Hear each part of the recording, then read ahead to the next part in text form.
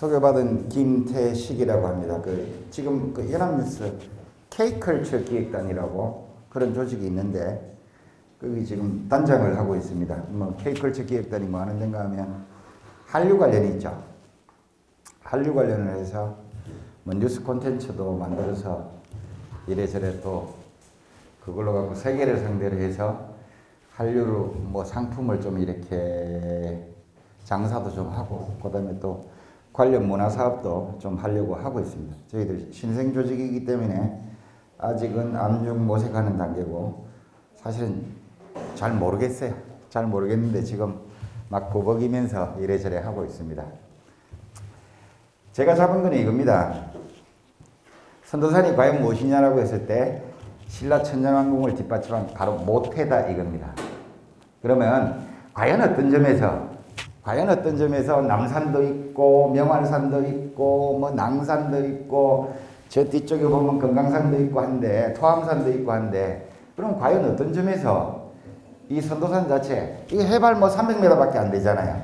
이 300m밖에 안 되는 이 작은 산이 어떤 점에서 과연 천년왕국을 뒷받침한 모태인가 라는 말씀을 드리려고 오늘 이 자리에 섰습니다. 선도산이라고 할 때 우리는 흔히 여러 가지들을 선도산이라고 할 때 많은 것들을 떠올리잖아요. 그럼 선도산이라고 했을 때 과연 당신이 떠올리는 첫 번째 이미지가 뭐냐라고 했을 때 선도산은 뭐죠? 대개 떠올릴 때 아마 보희 무늬 오줌 그 얘기하고 그 다음에 또 신라 박혁거세 엄마의 얘기 그런 얘기들 그 다음에 여기 보면 선도산에 보면 이게 서학고분군이라고 해서 있잖아요. 근데 여기 보면 지금 서학고분군도 잘 아시다시피 지금 현재 상태로 이렇게 정비되어 있기 때문에 그 왕릉 혹은 왕릉으로 추정되는 그 무덤 한 5개 하고 그 다음에 그 앞쪽에 있는 김양인이 김인문인이 하는 이 무덤들하고 그렇게 그 기준으로만 생각하지만 여러분 잘 아시다시피 저 뒤쪽으로 보면 무수한 아주 크다란 공동묘지가 있잖아요. 이게 국립경주문화재연구소에서 아마 제 기억으로는 1990년대인가 그때 지표조사를 했는데 여기 보면 이 일대에 지금 분포하고 있는 무덤만 해도 신라시대 무덤만 해도 대략 2,000기? 수천 기가 지금 있는 걸로 지금 보고가 됐거든요. 근데 여기 혹시 이쪽에서 제대로 발굴된 게 무덤이 최민희 선생님이 있던가요? 여기는 한 번도 지금 제가 알기로도 제대로 발굴 조사가 이루어진 적이 없어요. 대신 무덤이 이렇게 드러난 양상이라든지 이런 것들을 보면 아마 6세기, 7세기 이후 석실분이라고 해서 가운데다가 이 돌방을 이렇게 만든 그런 무덤이 아닐까 이렇게 추정만 하고 있을 뿐이죠. 근데 여기에 왜 이렇게 공동묘지가 많을까? 이것도 하나 생각을 해야 됩니다. 왜 이렇게 공동묘지가 많고 왜 하필 신라가 왕릉 기준입니다. 왕릉 기준으로 보면 지정왕 이후 법흥왕부터 무덤이 바깥으로 전부 다 기어 나왔거든요. 지정왕까지 제가 알기로는 이게 지금의 경주 분지에다가 이렇게 썼단 말이에요. 분지에다가 무덤을 썼는데 그 이후 법흥왕부터는 전부 외곽으로 튀어나왔어요. 전부 외곽으로 튀어나왔다고요. 그러면 하필 왜 신라는 법흥왕 이후로 무덤이 튀어나와야 됐느냐 바깥으로 왜 튀어나오고 그 다음에 법흥왕 이후로 또 하나 또 공통점이 있잖아요. 외곽으로 튀어나오되 뭐라고 할까요? 왕릉이 이제는 뜨문뜨문 골짜기 하나마다 이렇게 차지하는 그런 양상으로 변하거든요. 그런 양상으로 변하잖아요. 이게 조선 왕릉이나 중국의 황제릉들이 되게 이렇거든요. 바깥으로 튀어나가고. 근데 그전에는 지정왕 시대 그 이전까지는 보면 경주분지에 썼는데 도대체 어디다 썼는지도 지금 모르잖아요. 어디가 누가 누구의 무덤인지도 모르잖아요. 예컨대 지금 단일 봉분으로는 가장 큰 봉황대 구분만 해도 그 무덤 주인공이 누군지 몰라요. 그 큰 무덤이 높이가 25m고 뭐 밑둥치 지름이 80m가 이런데 그건 모르잖아요. 그 다음에 황남대청을 팠는데 황남대청 남북 북분이 있는데 그것도 무덤 주인이 누구인지 솔직히 모릅니다. 많은 사람들이 얘기를 하죠. 뭐 내무랑이니 뭐 자비왕이니 뭐 어쩌고저쩌고 하는데 아무런 근거가 없어요. 고고학은 그렇게 말을 하죠. 자기들이 뭐 25년 단위로 이렇게 무덤을 이렇게 그 시기를 나눌 수 있다라고 하는데 새빨간 거짓말입니다. 그러면서 많은 얘기들을 하고 있잖아요. 누구의 어디는 누구 무덤이고 어쩌고저쩌고 하는데 다 새빨간 거짓말입니다. 거짓말이라기보다는 아무도 그 말 자체를 검증할 수가 없어요. 근데 어쨌든 중요한 것은 지정왕 이전 시대까지는 신라 분지 어디 그 막 공동묘지에다가 막 어딘가 틈나는 데를 썼단 말이에요. 틈나는 데를 썼는데 하필 법흥왕 이후에 튀어나오기 시작했는데 이유는 간단합니다. 지금 이걸 자꾸 설명을 할 때 그런 식으로 설명을 하잖아요. 신라사 한다는 사람들이 대개 보면 그 도시가 팽창해갖고 신라 왕국이 팽창해갖고 결국은 그 안쪽에 더 이상 만들 무덤자리가 없으니까 튀어나왔다고 하는데 저는 거꾸로 봅니다. 뭔가 하면요. 경주가 BC 57년에 이제 건국을 하고 나서 이쪽 주변에다 평지에다 계속 무덤을 썼단 말이에요. 도시가 팽창해서도 아니고 국가가 팽창해서도 아니고 오히려 거꾸로 무덤들을 끊임없이 쓰다 보니까 무덤이 주거지를 침범을 한 거예요. 무덤이 주거지를 침범을 해버립니다. 왜냐하면 자, 공동묘지 구역은 정해져 있는데 지금도 그렇잖아요. 우리 국립묘지가 동작동 국립묘지가 미어 터지니까 대전에 제2 국립묘지를 만들었지 않습니까? 똑같습니다. 더 이상 죽은 사람들이 들어갈 데가 없어요. 들어갈 데가 없으니까 여러 가지 방식들을 강구를 하죠. 이 뭐 이제 바깥으로 기어 나갑니다. 그다음부터 이제 이 시내 중심가에는 더 이상 무덤이 자꾸 이제 생활 영역에 자꾸 침범을 하니까 더 이상 무덤을 쓸 데도 없으니까 결국은 바깥으로 튀어나갈 수밖에 없습니다. 근데 저는 저 같으면 저거 주기적으로 사실은 100년 단위니 200년 단위로 무덤을 밀어버렸을 거예요. 원래는 무덤을 밀어버려야 되거든요. 어느 일정 시점이 지나면. 근데 이 사람들은 무덤을 밀지를 않았어요. 근데 어쨌든 제가 볼 때는 신라 지정왕 시대 그 어간에 와서 신라는 난리가 났습니다. 무슨 난리가 납니다. 이게 신라 전국토에서 일어나는 일인데 뭐가 난리가 났는가 하면 더 이상 무덤을 쓸 땅이 없어요. 경주뿐만이 아니고 다 그래. 경주뿐만이 아니고 다 그럽니다. 더 이상 무덤 쓸 땅이 없어요. 지방 곳곳에서 보면 경주하고 거의 비슷한 이런 지형 조건들 다 갖춘 데 아니에요? 보니까 이제 무덤 쓸 땅이 없어요. 그러니까 더 이상 이 분지에서는 쓸 땅이 없어졌습니다. 그래서 산기슭으로 다 튀어나갑니다. 근데 하필 법흥왕 이후에 튀어나오는데 그게 선덕여왕이니 진덕여왕 제외하고 태종무열왕 김춘추까지 여기 왕릉을 여기다 쓴 것만은 분명해요.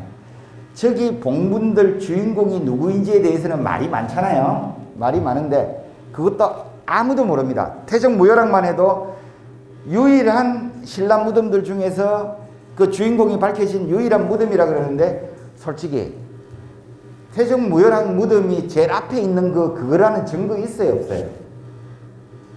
없어요. 제일 뒤에 거일 가능성도 있어요. 저 서학고분문 저 5개 고분 중에서 제일 뒤쪽이 태종무열왕릉일 수도 있어요. 물론 제가 봐서는 제일 앞쪽에 있는 현재 태종무열왕릉이라고 불리는 것이 제일 가능성이 많다 뿐이지 그렇다고 해갖고 그 자체 그 무덤을 태종무열왕이라고 100% 확신할 수 없습니다. 어쨌든 그럼에도 불구하고 단 하나 중요한 것은 태종무열왕릉이라고 알려진 그 무덤을 중심으로 하고 여기 지금 왕릉들이 들어가고 실제로 보면 삼국사기 삼국유사를 봐도 그 법흥왕 이후 저 왕릉들이 한동안 이쪽으로 왔습니다. 근데 여러분들 이제 거꾸로 물어보죠. 자, 지정왕 이후에는 이제 더 이상 분지에다가 무덤 쓸 땅이 없는데 하필 왜 서학으로 바뀌었어요? 자, 경주 주변에는 지금의 서학과 같은 지형 조건을 갖춘 데가 한두 군데가 아닙니다. 한두 군데가 아닌데 왜 하필 서학으로 바뀌었어요? 혹시 이거 생각을 해 보셨습니까? 자, 오늘부터 우리는 이 땅 해갖고 바깥으로 튀어나간다라고 했을 때 하필 왜 그 땅이 첫 번째 주자가 서학이었느냐 이거예요.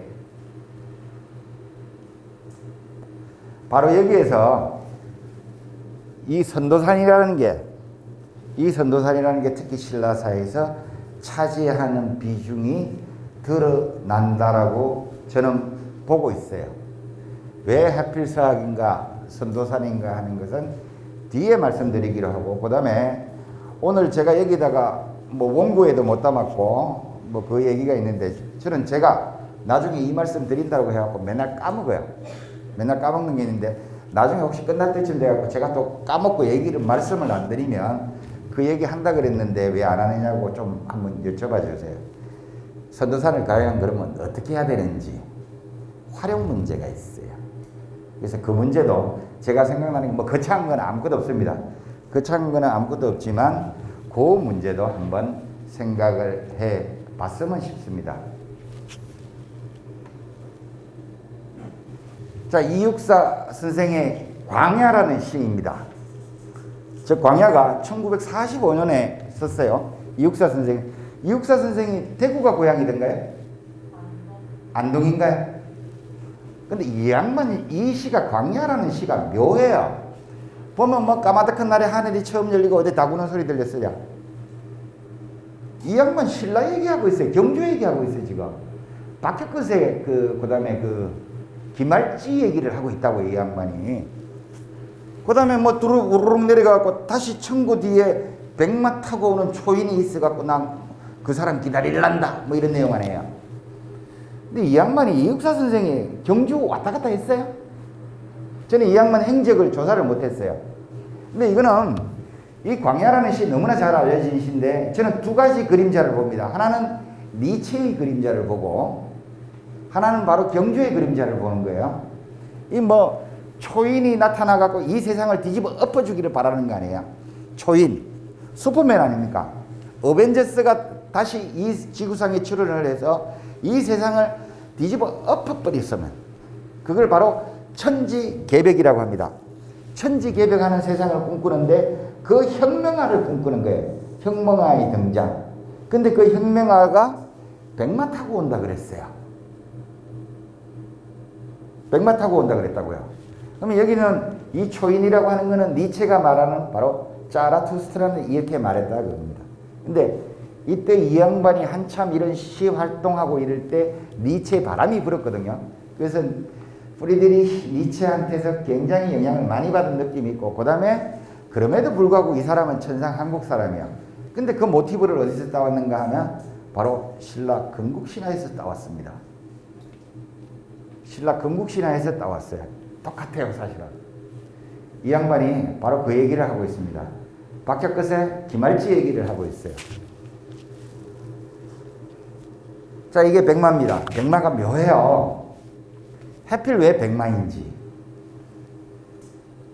저게 사실은 저게 더럽거든요. 저게 목욕 안 시켜주고 막 이렇게 털갈이 안 해주면 그 더러운데, 근데 이 백마라고 말 중에서도 이 백마가 더럽게 독특해요. 눈에 확 띄어요. 아무래도 백삭이기 때문에.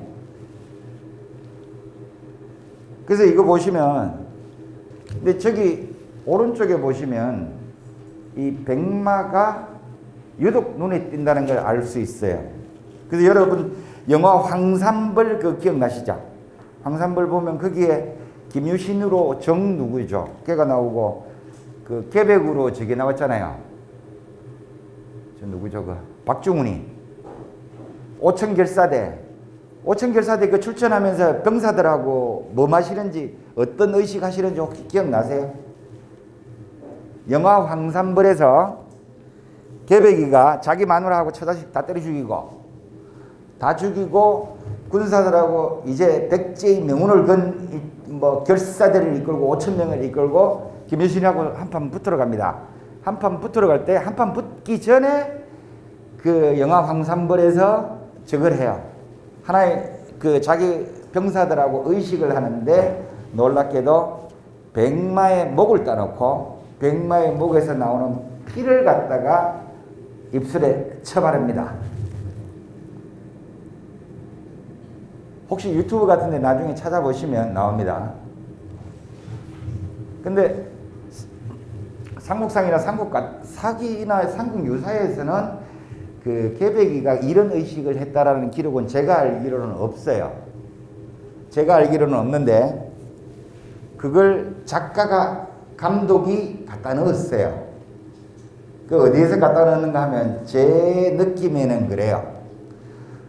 그 얼마 뒤에 실제로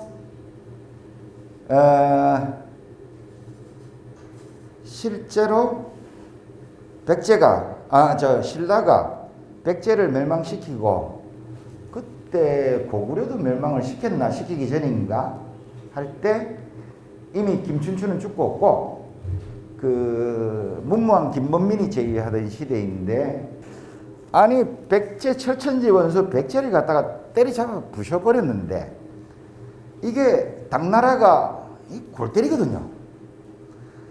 당나라가 백제를 그대로 존속을 시킨단 말이에요. 거기다가 부여용이라는 백제 왕도 갖다가 앉혀놓고 그러니까 지금 고구려를 정벌을 해야 되는데 백제하고 신라가 원래 망한 백제지만 다시 살아났단 말이에요. 근데 둘이 이제 백제하고 신라가 힘을 합치고 그래야지 이제 고구려를 정벌을 하는데 뭐 둘이 계속 싸우잖아요. 신라로서는 문무왕으로서는 백제 측에 사람 취급 안 하잖아요. 당연히 안 하죠. 우리한테 이미 망했는데 지금은 괴뢰 정부인데 인정을 하겠어요. 그러니까 계속 싸우니까 어떻게 되는가 하면 당나라에서 하나의 그 교묘한 계책을 하나 내잖아요. 그래서 취리산에다가 웅진 취리산이라는 곳에서 그 신라왕 김범민이하고 백제왕 부여용을 갖다가 둘이 갖다 놓고 둘이 잘 지내라고 악수하라 그러잖아요. 그걸 바로 취리산 해맹이라고 하거든요. 취리산 해맹이 662년에 한 번 있고 664년에 2차론가 있어요. 김범민은 얼마나 문무왕은 얼마나 기분 나쁘겠어요. 그때 둘이 저걸 할 때 뭘 하는가 하면 바로 백마를 죽인 피를 입술에 발라서 맹세를 했다라고 되어 있습니다. 그럼 왜 하필? 자, 왜 하필 말 중에서도 백마의 피였겠어요? 이건 역설적으로 보면 말 중에서도 백마가 지닌 상징성이 더 컸다라는 뜻입니다. 아무래도 신성시 되니까 그러한 신성한 동물을 희생으로 잡아서 그걸 통해서 맹세를 하는 거죠. 그래서 입술에 바르는 게 이거 바로 삽혈이라고 하는 겁니다. 삽혈. 혈자는 피혈자고요.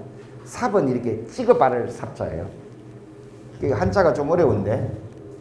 자, 그러니까 최근에 이 백마의 이 이미지를 이용해갖고 정치인이 한 명이 이게 등장을 했어요. 묘하죠. 이 양반 인기 좋잖아요. 그래도 허경영 씨가 이 양반이 이번에 출마를 하면서 이걸 내세웠어요. 자, 백마를 타고 하필 왜 저걸 내세웠는지. 아, 허경영 씨, 제가 봐서는 저 기발한 사람이에요. 그냥 우리는 웃고 넘기는데 정말 기발한 사람입니다. 자기는 백마를 타고 있고 옆에 사람은 그냥 평범한 말을 타고 있어요. 근데 저 뒤에 원래 저거는 사진을 저렇게 찍었는지 그 옛날에 그 말에 해당되는 게 지금은 자동차 아닙니까? 뭐 일부러 저렇게 찍었는지는 모르겠는데 어쨌든 백마가 주는 그 상징성을 교묘하게 지금도 활용하고 있다는 걸 여기서 알 수가 있습니다.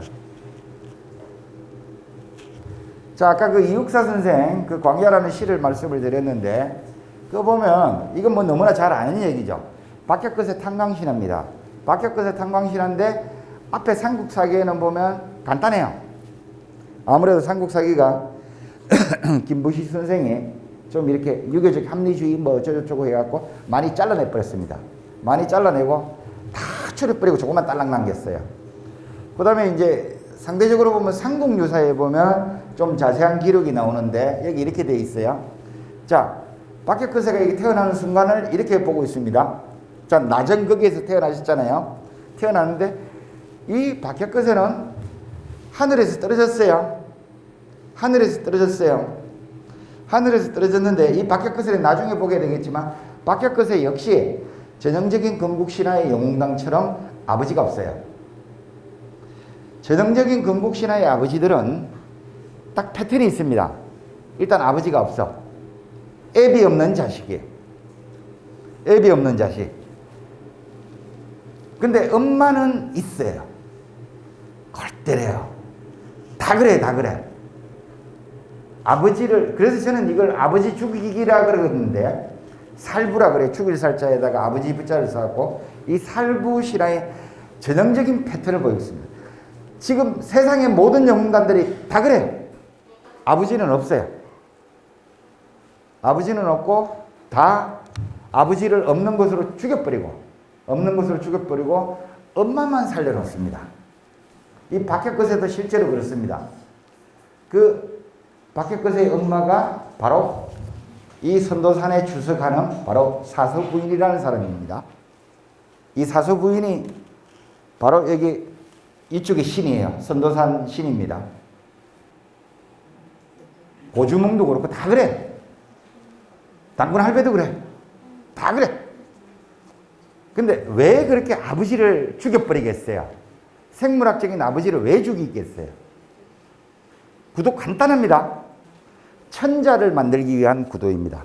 자, 실제로 생물학적인 아버지가 없을 수가 없죠. 생물학적인 아버지가 있을 수밖에 없는데 죽여버리거나 아니면 아버지가 없는 걸로 쳐요. 없는 것으로 치고 그 아버지 자리에다가 뭘 갖다 놓는 거면 하늘 천자를 갖다 놓는 거예요. 하늘 천자를 갖다 놓으면 어떻게 돼요? 거기서 난 자식은 천지자예요. 그걸 줄여서 천자라고 합니다. 바로 내가 하늘의 아들이라는 신화는 아주 간단합니다. 생물학적인 아버지를 없는 걸로 치거나 실제로 생물학적인 아버지를 죽여버리는 거예요. 왜 아버지를 죽여요? 아버지를 죽여야지 아들이 빛납니다. 아버지를 죽여야지 아들이 빛나요. 아버지가 살아있으면 아들이 빛나기가 힘들어요. 그래서 죽여버려야 돼요. 바로 황제한테, 특히 건국 황제한테 아버지는 바로 이런 존재입니다. 성가시기 짝이 없는 존재예요. 죽여버려야 됩니다. 아버지고 나발이고 필요 없어요. 그래야지 자기가 천자가 되는 겁니다. 그 죽인 아버지 자리에다가 하늘을 갖다 놔야지 내가 바로 천자가 되는 겁니다. 아버지는 바로 그런 존재입니다. 그래서 박혁거세도 그렇고 김할지는 조금 다른데 박혁거세 역시 전형적으로 아버지가 없어요. 아버지가 없으니까 자, 천자를 만들기 위한 구도는 간단하다 그랬죠. 실제로 있는 아버지를 없는 걸로 치고 죽여버리고 그 자리에다가 하늘을 갖다 놓는 거라 그랬잖아요. 이 건국신화가 바로 그 구도, 그 패턴을 그대로 따르고 있는 겁니다. 그래서 죽인 아버지 자리에다가 하늘을 갖다 놓고 하늘에서 뚝 떨어진 인물로 나와요. 하늘에서 떨어졌는데 자, 하늘하고 이 지상을 이어주는 메신저가 있습니다. 이 메신저가 바로 백마예요. 백마가 하늘에서 괴짝을 싣고 왔어요. 싣고 오고 나서 나정이라는 이 숲에다가 나뭇가지 어디에 있는지 거기다 내려놓고 이 백마는 사라져요. 이 바로 메신저입니다. 바로 백마가 가지는 상징성이 이런 데 있습니다. 그러고 나서 바로 이렇게 나오잖아요. 여기 뭐 백마 한 마리가 꿇어앉고 어쩌고저쩌고 거기에는 차란이 하나 있었다. 자주색 알이 하나 있었어요. 자, 계란을 낳았는데 이 계란이 자주색이었어요. 근데 여기에는 그 주석이 있습니다. 가로 열고 이련 스님이 거기다 주석을 뭐는 혹은 자색 알이라 그랬는데 자색이 아니고 청색 알이라는 기록도 있다라고 해갖고 청대란이라고 이렇게 기록을 해놨습니다. 자, 알을 낳았는데 박혁거세가 알을 태어났는데 하필 자주색 혹은 청색이에요. 그럼 과연 이 구도가 어디에서 왔냐 이거예요. 이게 바로 자주색의 여러 가지 패턴들입니다. 이 자주색 희한해요. 자주색 가장 대표적인 게 뭔가 하면 지금 그 계절 지났나요? 핑크뮬리 지났나요? 첨성대 앞에 아직도 있어요. 그게요. 똑같은 핑크뮬리인데 이걸 역광으로 보느냐 순광으로 보느냐에 따라 달라요. 우리가 보는 그 멋있다고 하는 사진 있죠. 여러분들 혹시 사진 찍으실 때 사진은 역광의 예술입니다. 순광으로 찍는 거 아니에요.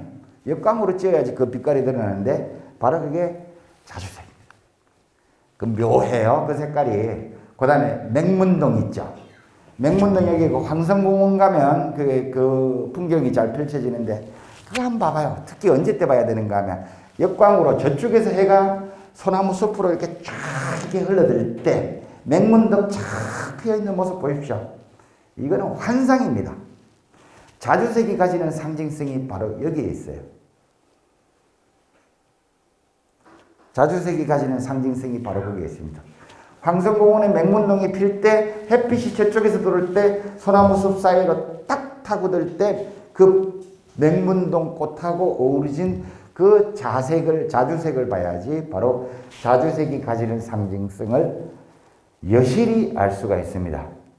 제가 봐서는 여기도 그 맹문동이라는 꽃이 언제 돌았는지 모르겠는데 그 상징이 실제의 상징이었을 가능성도 있어요. 그것을 보고 저런 식으로 신화로 만들었을 가능성이 있습니다. 자, 이게 이 빛깔 중에서도 이 자주색 빛깔이 이 뭐 빛이라고 하는 게 결국은 빛의 산란이니까 이 자주색이라고 하는 게 정말 묘합니다. 사람을 홀리는 색깔이에요. 근데 여기 그 삼국사기 삼국유사 신라 건국신화에서는 안 나오는 박혁거세 엄마 얘기가 바로 여기에 있어요. 삼국유사 제5권 감통 선도성모 바로 저기에 있습니다. 저기에 있는데 바로 여기입니다. 이 꼭대기에서 지금 무슨 불사가 이루어졌어요. 불사가 이루어졌는데 어느 날 꿈에 이 비구니 스님 꿈에 바로 선도성모라고 본인의 정체를 밝힌 여신 한 분이 나타납니다. 여신 한 분이 나타나는데 이렇게 되어 있어요. 어느 날 꿈에 구슬로 머리 장식을 한 선녀가 나타났어요. 구슬로 머리 장식을. 그 다음에 그러면 자기 스스로 뭐라고 하는가 하면 난 네 애니다 뭐 이런 거예요. 내가 선도산 신모다 라고 이렇게 밝혀줍니다. 근데 중요한 거는 여기 이렇게 나옵니다. 같은 산인데 선도산에는 주인이 여자예요. 신모라고 해서 어미모자. 바로 박혁거세 엄마의 땅이에요. 여기가. 선도산은. 근데 나머지 신라왕국에는 오악이 있어요. 신라왕국에는 오악이 있어요. 뭐 잘 아시잖아요. 동쪽 그 동악이 뭐 토암산이고 남악이 지리산이고 서악이 계룡산이고 북악이 태백산이고 중악에 있는 게 바로 그 팔공산 아니에요? 팔공산인데 느닷없이 이 신라왕국을 대표하는 방향별로 이 5개 유명한 산악을 제끼고 여기 바로 선도산이 등장하는 거예요. 높이도 이게 뭐 딴 것들은 다 그 해발이 1000m 넘거나 아니면 계룡산도 뭐 그거 높이는 1000m는 안 돼도 굉장히 험하잖아요. 근데 그것들을 다 제끼고 여기 볼품없는 이 선도성모가 이게 느닷없이 등장을 합니다. 선도성모가 등장을 하는데 자, 보시다시피 그 오악이라고 하는 것, 신라왕국을 대표하는 5개의 산악을 관장하는 신은 신군이라고 했어요. 남자들이 되어 있어요. 남자들. 나머지들은 전부 남자인데 오직 여기만 여자예요. 선도산만. 근데 하필 이 선도산을 주석을 하고 절대왕국을 구축한 사람이 바로 누군가 하면 신라 건국시조 박혁거세의 엄마예요. 박혁거세의 엄마입니다.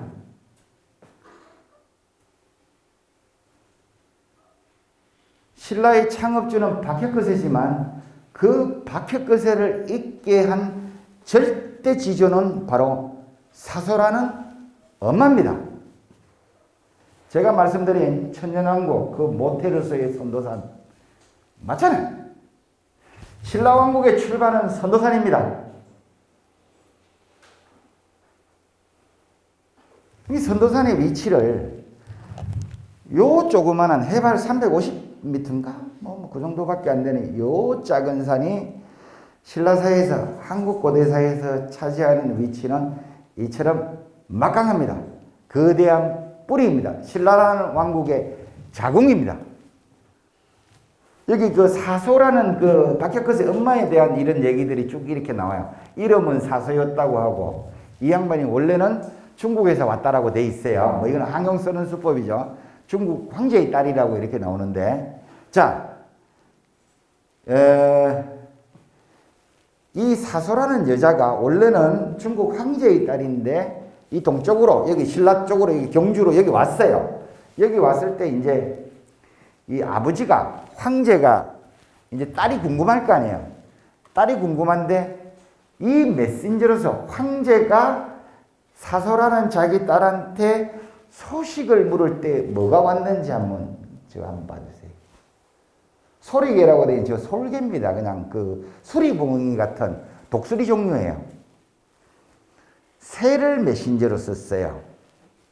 새를 메신저로 썼는데 이 새가 쭉 날라와갖고 이 딸내미가 어디가 있는지 찾아보니까 바로 선도산에 와 있더라 이겁니다.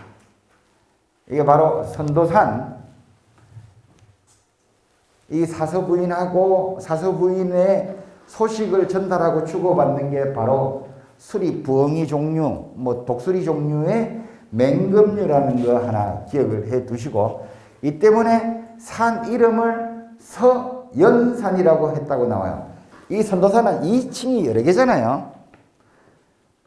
첫째는 선도산이라는 그거 이름이 있고, 그 다음에 그 서학이라는 이름도 있는데, 이 서학이라고 하는 거는 당연히 경주라는 신라 왕국 전체를 본 게 아니고 그 신라 왕국 중에서도 핵심 중에 코아 중인 코아인 경주라는 왕도를 중심으로 했을 때 서쪽에 있는 산이라고 해갖고 서학이라고 한 거 아니에요. 당연히 남학은 남산이 되겠고 뭐 북학은 저 소금강산이나 여기가 되겠고 동학은 여기서는 어디를 말을 해요? 명할산? 아마 명할산 같아요. 제가 봐서는. 그 뒤에 나중에 지도 보면서 말씀을 드리고요. 그래서 이거 서쪽에 있는 이 서연산이라고 하는 이름을 풀어보면 서자는 당연히 서쪽에 있는 거고, 이건 그러니까 경주, 월성을 중심으로 한 얘기겠죠. 아니면 금성을 중심으로 한 얘기. 서쪽에 있는 산이 돼 연자는 저게 수리연자입니다. 독수리 연자예요. 그래서 서연산이라고도 불렀다고도 하고 있고, 그 다음에 여기서 지금 이게 지금 안 돼갖고 그러는데 이 마지막 줄이 그렇게 중요합니다. 마지막 줄이 그렇게 중요함에도 불구하고 이 대목을 신라사 하는 사람들이 다 놓쳐. 왜 놓치는지 나는 이해가 안 돼. 자, 여기는 박혁거세, 신라의 건국시조인 박혁거세의 엄마의 땅이라고 해갖고 이 선도산을 어떻게 신라 사람들이 모셨는지 저기 나오잖아요.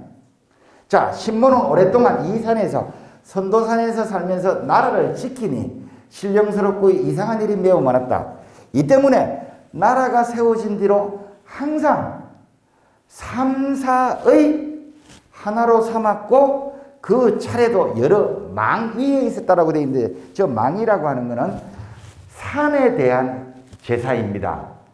바라볼 망자인데 산은 여기서 산 꼭대기 위에 올라가서 제사를 지내는 게 아니고 산을 바라보면서 제사를 지내거든요. 그래서 그 차례도 여러 산악 제사들 중에서 뜸이었다 이거예요. 나라가 세워진 뒤로 항상 삼사의 하나, 삼사라고 하는 국가의 제사가 등급이 있습니다. 그래서 국가 제사 중에서도 제일 중요한 것들을 큰데 짤을 써서 대사라고 했고, 그 중간급을 중사라고 했고, 나머지 것들을 소사라고 했는데, 이거는 제주의 차이가 있어요. 뭔가 아마 대사 같은 경우 있죠. 국가의 가장 중요한 대사는, 그 제사는 왕이 직접 헌수를 합니다. 그 다음에 중사 같은 경우는 지금으로 치면 광역자치단체장들이 해요. 그 다음에 소사는 지금은 구청장, 군수, 시장 이런 사람들이 합니다. 근데 이게 얼마나 중요했던지 이 산이 산악 제사들 중에서도 어떤이었어요. 여기 분명히 이렇게 나오잖아요. 이 선도사는 신라 사람들이 어떻게 생각하는지 이 기록이 나오는데 국가의 제사 중에서도 최고 제사의 하나예요. 근데 이런 점들이 왜 망각되고 있는지 나는 모르겠어요. 신라 천년왕국의 모태가 바로 선도산입니다. 선도산인 이유는 바로 이곳이 박혁거세의 엄마의 땅이기 때문입니다. 여기는 신라라는 왕국을 낳은 자궁입니다. 자, 그러면 이 사소라는 여자가 지금 경주 분지 중에서도 서쪽에 있는 땅에서 태어났고, 그 다음에 여기 앞에서 봤듯이 서쪽에 있는 땅에서 여기 주석을 하는 신령스런 여인이라고 하고 신모라고 불렸고 여신이었고, 그 다음에 이 사람은 신선이었고, 이런데 그럼 여기 왜 이 이름이 하필 또 여러 가지 이름들 중에 하나가 선도산이에요. 선자가 신선선자에다가 복숭아 뒀잖아요. 여러분 선도라고 하는 거 아시잖아요. 삼천갑자 동방사기 훔쳐서 먹었다는 바로 그 천도복숭아입니다. 그걸 먹으면 영생불사한다는 그 바로 선도복숭아예요. 천도복숭아인데 이 바로 신라 사회에서 바로 사서부인 여기에 주석하신 이 박혁거세 엄마가 차지하는 위치는 바로 서왕모와 똑같습니다. 실제로 이 신라 사회가 그린 신라 사회에서 차지하고 있는 박혁거세 엄마 사서의 지위는 동아시아 신화에서 바로 서왕모가 차지하고 있는 그것과 똑같습니다. 그럼 과연 서왕모란 뭐냐? 요게 중국에 여러분들 요즘 한 2년 동안 답사를 못 가셨을 텐데, 중국에 가시면 그 어느 박물관에 이렇게 가도 여러분 벽돌 보셨죠? 화상석이라고 하는, 화상전이라고 하는 벽돌 혹시 안 보셨어요? 이게 주로 어디 가면 많은가 하면 산동 지방에 가면 많고, 그 다음에 사천 뭐 이런 쪽에 가면 드글드글합니다. 근데 이런 그 화상전 혹은 화상석이라고 하는 것들은 말 그대로 그림이 그려져 있는 벽돌이라 그래서 화상석 혹은 화상전이라고 하거든요. 근데 이거는 거의 보면 시대로 보면 후한 시대가 압도적입니다. 후한 시대가 압도적인데 거기서 가장 자주 등장하는 모티브가 바로 이 서왕모입니다. 이 가운데 앉아 계신 분이 서왕모인데, 보시다시피 서왕모가 지금 의자에 앉아 계신데 이 의자를 구성하는 양쪽이 자총용 우백호예요. 용하고 호랑입니다. 호랑이고, 그 다음에 여기 뭐가 있는지 보십시오. 요거. 예. 요거 보면 꼬리가 보면 요거 잘 세려보시면 9개입니다. 구미호입니다. 여러분 구미호는 지금 전설의 고향 때문에 다 망쳐버렸어요. 이미지. 이 동아시아 세계에서 구미호는 서수입니다. 그 쌍스러운 그거 말고 상스러운 좋은 징조를 주는 상스러운 동물입니다. 좋은 동물이에요. 여기 바로 구미호입니다. 그 다음에 위에는 바로 이게 소리개예요. 저게 바로 소리개입니다. 아까 서연산이라고 할 때 그 연으로 표기된 바로 그 연입니다. 소리개고, 저 오른쪽에 잘 보세요. 이거 서왕모는 반드시 이 사람들하고 이것들을 다 데리고 나타나요. 여기 보면 요거 두꺼비잖아요. 두꺼비. 그러면 이 사람들은 뭔지 모르겠어요. 그냥 선인이라 그래요. 신선선자. 뭐 아니면 여 뒤에 보면 뭐 이게 있다 그래갖고 날개가 있다 그래갖고 우인 어쩌고저쩌고 하는데 요 가운데는 뭔지 혹시 눈치채시겠어요? 세발솥이잖아요. 세발솥. 세솥 정자 있잖아요. 이 뭐하고 있는 건데? 선약 만들고 있잖아요. 달 속에는 토끼가 있고 두꺼비가 있고 항아가 있어서 거기서 토끼가 이게 절구질을 하고 있잖아요. 그 절구질 하는 게 그게 바로 선약을 먹으면 영생불사하는 영원한 생명을 주는 이 약을 만들고 있는 겁니다. 그래서 반드시 그 서왕모일 때는 반드시가 아니고 서왕모 그림을 볼 때는 서왕모라는 저 여인한테는 반드시 저 구미호 혹은 저게 안 빠집니다. 소리개가 안 빠져요. 항상 서왕모가 왔다 갔다 할 때는 누가 제일 먼저 등장을 해갖고 알려주는가 하면 저 메신저의 메신저. 서왕모의 메신저는 항상 소리개라는 거. 요거 하나 기억을 해 두셨으면 싶어요. 그래서 아까 저기 중국의 아버지 황제가 여기 저 보낸 게 딸내미 자기 소식 궁금해갖고 보냈더니만 그 보낸 게 바로 소리개인 이유는 그냥 우연의 소산이 아니고 이런 동아시아 세계를 관통하는 공통의 신화 세계에서 그대로 따온 겁니다. 그대로 따왔기 때문에 이건 표절이 아니고 이건 역으로 봐야 됩니다. 어떻게 역으로 봐야 되는가 하면 신라사에서 한국 고대 문화사에서 선도산 혹은 선도산의 주인인 사소라는 여인이 차지하는 위치가 과연 어떠했는지를 알려주는 겁니다. 바로 동아시아 신화에서 서왕모가 차지하는 바로 그 위치라는 뜻입니다. 서왕모가 데리고 다니는 새는 흔히 청조라고 해요. 파랑새라 그러는데 여러분들 그냥 청조라 그러면 파랑새라 그러면 물가에 그 물총새 생각하시잖아요. 그거 생각하시면 절대 안 됩니다. 청조는 그 우리가 생각하는 물총새가 아니고 사실은 이 수리 종류예요.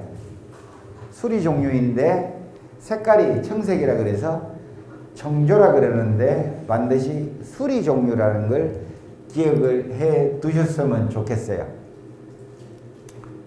그러면 아까 그거 왜 박혁거서가 태어난 그 통로가 된 알이 청색 알인지도 해명을 할 수 있습니다. 서왕모의 저 아들이에요. 그 다음에 여기 뭐 같은 새 종류들 이렇게 있는데 그 다음에 여기 보시다시피 요 구미호요. 요 구미호. 하나, 둘, 셋, 넷, 다섯, 여섯, 일곱, 여덟, 아홉 개죠. 구미호입니다. 구미호. 이 친구도 세려 보면 9개일 텐데 톱니바퀴처럼 이렇게 구미호. 그 다음에 요거는 잘 아시다시피 삼조고, 그죠? 태양 속에 산다는 거. 요게 구미호. 요것도 바로 9개입니다. 꼬랑지가. 그래서 이 서왕모한테는 항상 청조하고 구미호 요런 것들이 따라다닌다라는 거 기억을 해 두셨으면 좋겠어요. 그 다음에 앞에 보시다시피 이 사소 박혁거서의 엄마 요 선도산 여기는 신모라고 했는데 다른 신라왕국의 주요한 그 산악을 지키는 신들은 신군이라고 했어요. 그러니까 남자 여자 패턴을 이렇게 짓고 있죠. 암놈 순놈 이런 식으로 패턴을 짓고 있는데 그 다른 산들은 다들 신군이라고 해갖고 남성화를 시켰는데 선도산만큼은 신모라고 해갖고 여성화를 시켰습니다.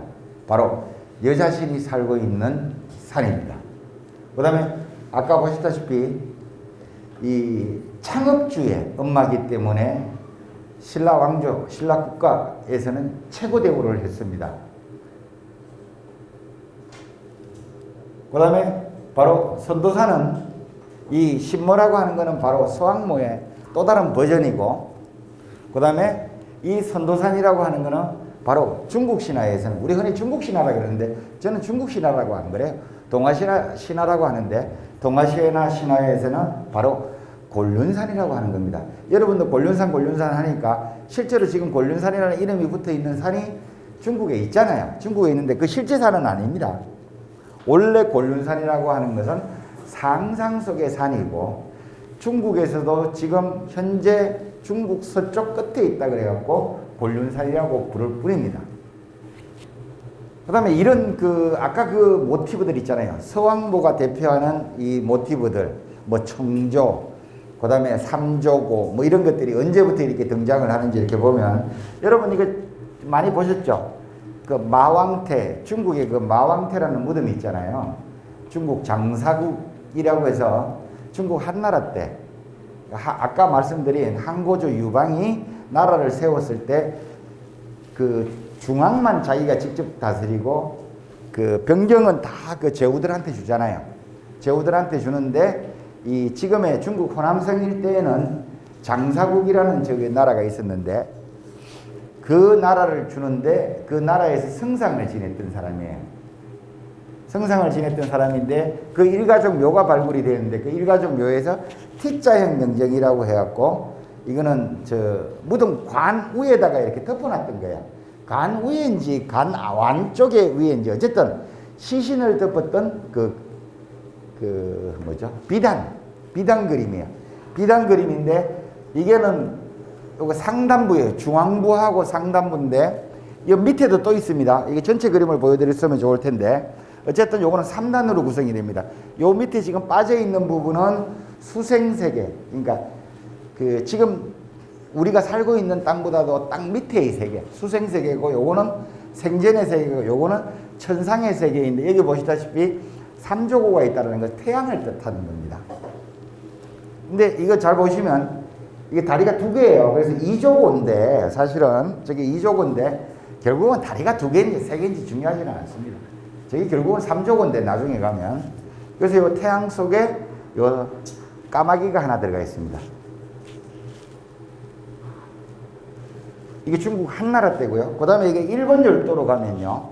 이게 대개 이제 서기로 보면 한 300년대 요때 일본 열도에서는 어떤 중국에서 수입한 건데 삼각연 신수경이라고 하는 그 독특한 거울이 있어요.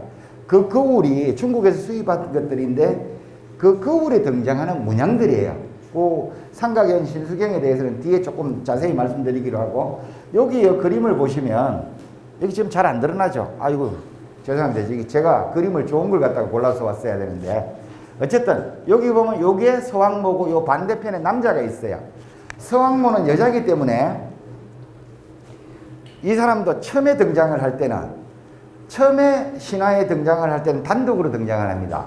단독으로 등장을 하는데 이게 후한 시대가 지나면서 특히 그 위진남북조 시대가 되면서 이 여자 혼자 놔두기가 불쌍해요. 그래서 남자 배필을 만들어 줍니다. 남자 배필을 만들어 줘요. 남자 배필을 만들어 주는데 자 이름이 서왕모예요. 서쪽에 있는 왕 같은 존재의 어머니예요. 그러면 이 남자를 만들어 주는데 어디다 만들어 주겠어요? 자 방향으로 보면 서쪽이니까 동력동자를 붙이고 동왕공이라고 하는 그 서왕모의 남편을 만들어 줍니다. 그래서 이거 보시면 이때 이 당시에 그러니까 위진남북조 시대 때 오면 이 서왕모한테는 없던 남편이 등장을 하는데 남편 이름이 바로 동왕공이라고 해갖고 여기 붙여주는데 요 바로 반대편에 동왕공이 등장을 하는데 이 지금 이 그림이 좀 희미해서 화상도가 안 좋아서 그런데 저거 잘 보시면요.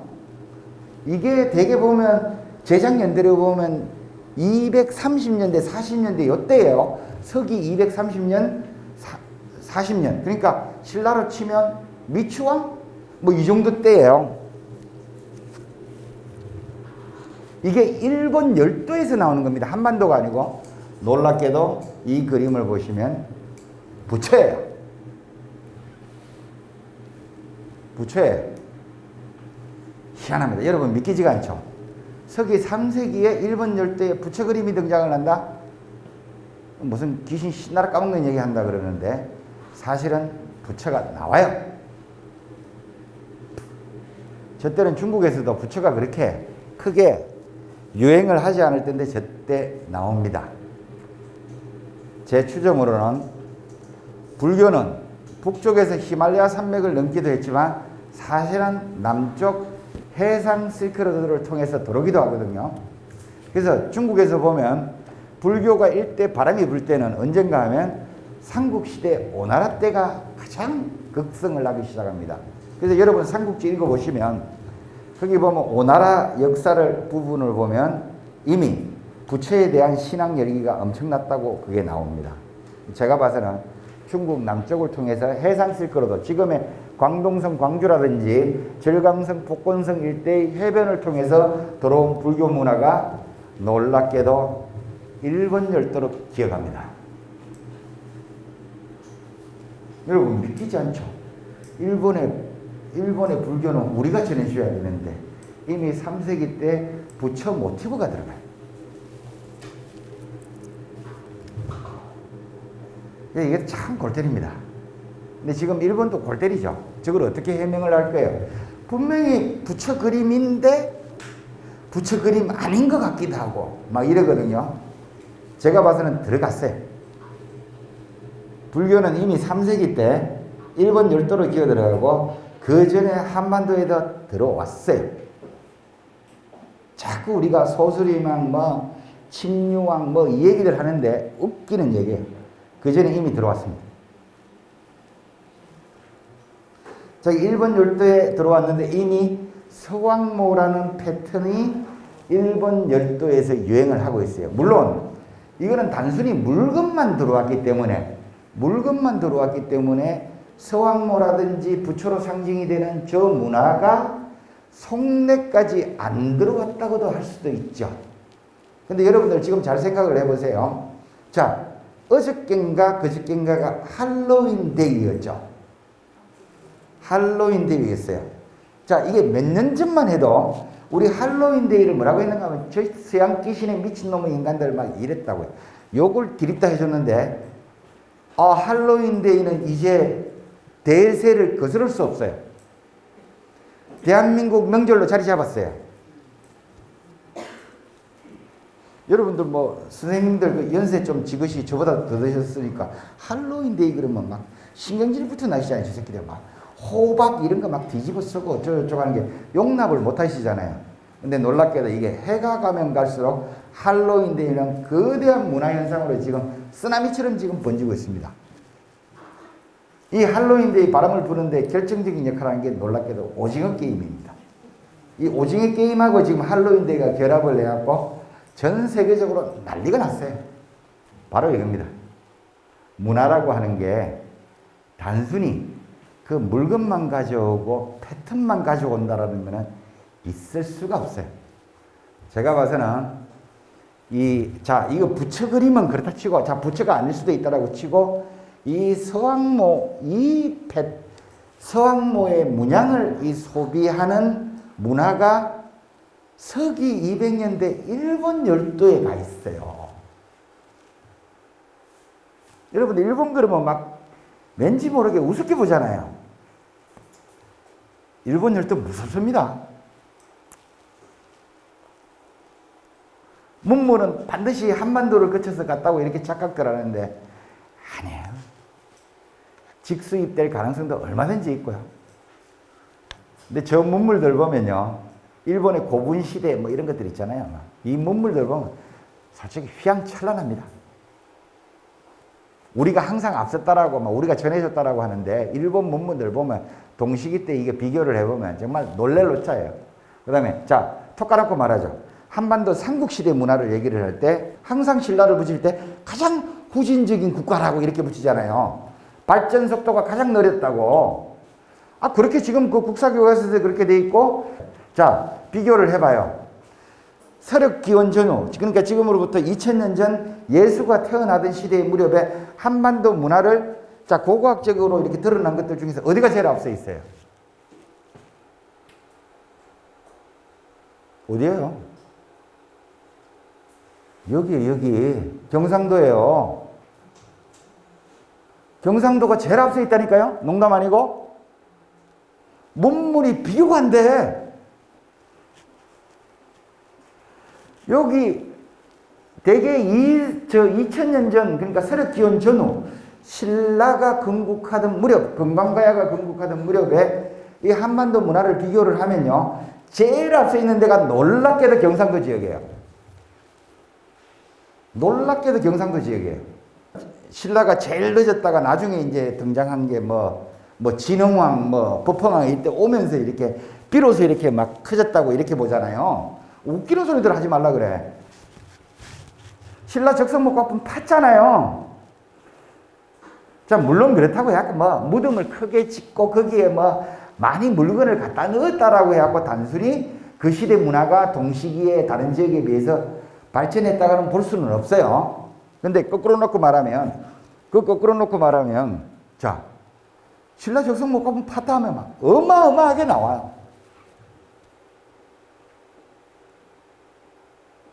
그럼에도 불구하고 신라가 제일 늦게 발달을 했다 그러고 제일 후진국가라 그래. 창원 다월이니 경주 조양동이니 이런 데 판 것들 목감묘, 여기 지금 얼마 전에 또 어디죠? 탑동이죠. 탑동 그 몇 년 전에 그 목감묘 판 거 보셨잖아요. 그 문물이 얼마나 대단한데요. 그 같은 논리를 일본 열도에도 갖다 대야 돼요. 일본 열도도 엄청납니다. 우리 생각하는 이상으로 후진국가, 미개국가, 미개지역, 후진문명이 아닙니다. 어쨌든 다시 돌아가면 일본 열도는 이미 이 시대 때 서기 200년대 무렵에 이런 동아시아 서왕모로 대표되는 이 신화를 공유하면서 향유한 문화권이에요. 이때 이 당시에 이미 일본 열도는 동아시아라는 세계 문화권에 포섭이 되어 있었습니다. 요걸 잊어버리시면 안 됩니다. 자, 요게 삼각연 신수경인데, 그러면 삼각연 신수경이라고 왜 하는가 하면요, 삼각은 요 말 그대로 삼각형이라는 뜻이에요. 연이라고 하는 건 테두리 연자입니다. 요 삼각연이라고 하는 것은 삼각연 신수경이라고 하는 것은 테두리가 삼각 모양으로 생겼고 신령스러운 동물들 그림을 그려놓은 거울이라고 했고 삼각연 신수경이라고 하는데 바로 요겁니다. 끄트머리, 이 동경 구리거울 끄트머리가 보면 이렇게 올라와 있어요. 삼각형으로 이렇게 단면 삼각형으로 이렇게 뾰족하게 올라와 있어요. 이거는 일본 열도에서만 나와요. 한반도에서 지금 나오는 것들 동경들은 저런 게 없어요. 딱 한 점인가 있는데 그거는 출토품이 아니라 수소품이라서 아마 일본에서 들어온 것 같아요. 그 다음에 이거는 이 경주박물관에 지금 전시가 되어 있는지 안 되어 있는지 모르겠어요. 지금은 요게 식리청에서 나온 행엽입니다. 그 말들 그 주렁주렁 여기 궁뎅이 쪽에 이렇게 막 여기 가슴팍 쪽에 다는 거 있죠. 행엽이라고 은행잎파리 모양으로 그 다는 건데 보시다시피 여기에 지금 두꺼비가 들어가 있어요. 두꺼비가 들어가 있어요. 이 두꺼비는 그냥 두꺼비 우연의 소산이 아니고 두꺼비를 문양으로 소비하는 문화가 있었다라는 뜻이에요. 그러면 두꺼비를 저런 문양으로 문양 모티브로 활용을 했다라는 것은 저 시대에 이미 서왕모 신화가 돌아 있었다는 뜻입니다. 아까 제가 말씀드렸죠. 일본 열도에서는 저것보다도 빨리 이미 3세기 단계에 서왕모 신화가 통용이 되고 향유가 되고 있었습니다. 요거는 그 무료왕릉에서 출토된 이 요패 장식이라고 허리띠 요 장식 중에 하나인데 보시다시피 여기도 깨구리인지 두꺼비인지 모르겠지만 아무리 봐도 깨구리가 저 두꺼비 같죠 저거는. 자, 두꺼비가 이렇게 나오고 있어요. 자, 이 서왕모라고 하는 거는 저는 항상 저런 표현을 쓰는데 이미 빠르게 보면 기원전 한 2000년 전, 늦게 잡아도 대략 서기 200년대 3세기 단계에서는 동아시아의 월드스타였어요. 동아시아 세계에서는 누구나 아는 이 월드스타 BTS였어요. 방탄소년단이었습니다. 한국 최고의 당구조선 이래 최고의 월드스타가 누굽니까? 김정은이죠. 방탄소년단보다 더욱더 유명한 월드스타는 김정은입니다. 전 세계에 다 알아. 근데 방탄소년단은 일부만 알아. 한중일을 관통하는 공통분모입니다. 수학모라고 하는 거는. 자, 문무학문 비편에는 뭐라고 나오는가 하면 이런 표현이 나옵니다. 15대조. 그러니까 문무학을 기준으로 해갖고 15대 조 할아버지인 성환왕께서 뭐 강질원궁하고 탈령선화가시 뭐 조리 뭐 저쪽 했는데 비문이 다 빠져나가고 뭔지 모르겠어요. 뭔지 모르겠네. 이렇게. 문무왕 나의 15대 할아버지인 성환왕께서는 이게 말이 좀 어려워. 이게 분명히 대꾸거든요. 이 두 문장은 대꾸거든요. 대꾸라고 하는 게 짝이 딱딱 맞춰요. 여기 보면 선악이라고. 신령스러운 산악에서 탈령하시었고 신령스러운 산악 꼭대기로 지금 탈령을 하신 거예요. 저 내려오신 거예요. 저 성환왕께서. 그 다음에 강질원궁이라고 했는데 요걸 문법으로 봐서는 제가 봐서는 이 바탕이 원래 어디에서 나오셨는가 하면 원궁에서 나왔어요. 둥그런 이 천장에서 아치형 천장에서 내려오셨다고 되어 있어요. 한마디로 내 15대조 할아버지인 성환왕께서는 이 둥그런 아치형 여기에서 태어나셔갖고 여기에서 이렇게 여기에서 바탕을 두고 근본을 두고 내려오셨는데 어디로 내려오면 하면 산 꼭대기로 내려오셨다고 되어 있어요. 이게 뭐야 이게 결국은. 이거 원궁이라고 하는 거. 하늘이에요, 하늘. 하늘에서 내려오셨어요. 성환왕께서는 하늘에서 전기를 받으시고 그렇게 전기를 받으셔서 산 꼭대기로 내려오셨다고 되어 있어요. 자, 요거는 15대조 성환왕인데 성환왕이라고 하는 게 흔히 신라 김씨의 시조라고 해갖고 저 성환왕이 뭐 누구냐에 대해서 논란이 많죠. 간단합니다. 저거는 성환이라고 하는 거는 일반 명사예요. 성환이라는 고유명사 김태식이라는 이름이 있는 줄 알고 찾았고 나발을 떨었어. 성한이 뭐예요? 성한이 뭐예요? 저거는 뜻글자입니다. 성은 별성자에다가 한나라 한자를 썼어요. 하늘에 방이 있어. 한강이 있어요. 뭐야 이게? 은하수야. 성환왕은 고유명사 김태식 같은 그 특별한 고유명사가 아니고 하늘의 왕이라 뜻이에요. 누구냐? 기말지야. 기말지라고 똑같잖아 이게. 삼국사기 삼국유사에 나오는 기말지잖아요. 하늘에서 내려오셨잖아. 꼭 기말지를 갖다가 엉뚱한 소리들 하고 자빠졌어. 이게 미추왕이니 뭐 어쩌니 저쩌니. 성환왕이라고 하는 것은 간단히 말씀드리면 은하수의 왕, 하늘의 왕이라는 뜻이에요. 내 15대조 하늘왕께서 여기 내려오셨다. 하늘왕이 누구예요? 기말지야. 바로 기말지예요. 내 15대조 할아버지인 알지왕께서는 이렇게 하늘에서 이렇게 내려오셨다라고 이렇게 돼 있어요. 이걸 내가 왜 써먹었는지 모르겠네. 어쨌든 하늘에서 내려왔는데 하늘에서 내려오는 통로가 산이 되어 있습니다. 왜 산인가 하면 하늘하고 가장 가까운 땅이 바로 산이기 때문에. 그러면 이게 김씨 신화에서 이 등장하는 똑같은 패턴이 바로 박격거세 신화에서도 똑같이 패턴이 지금 반복하고 있잖아요. 근데 참 석씨는 좀 이상해서 바다로 이렇게 뛰어들어왔죠. 그죠? 이 양반은 석탈에는 참 희한한 양반이에요. 그리고 어디 건국신화의 주인공인 이런 영웅 있잖아요. 이런 사람. 혹은 꼭 건국신화가 아니더라도 기말지처럼 건국 영웅과 똑같은 취급을 받는 사람들이 있죠. 반드시 외부에서 와야 됩니다. 외부에서 와야 돼요. 이유 간단합니다. 왜 그런가 하면 외부에서 와야지 신비감이 있어요. 신성성이라고 하는 것은 미지에서 옵니다. 내가 그 사람을 몰라야 돼요.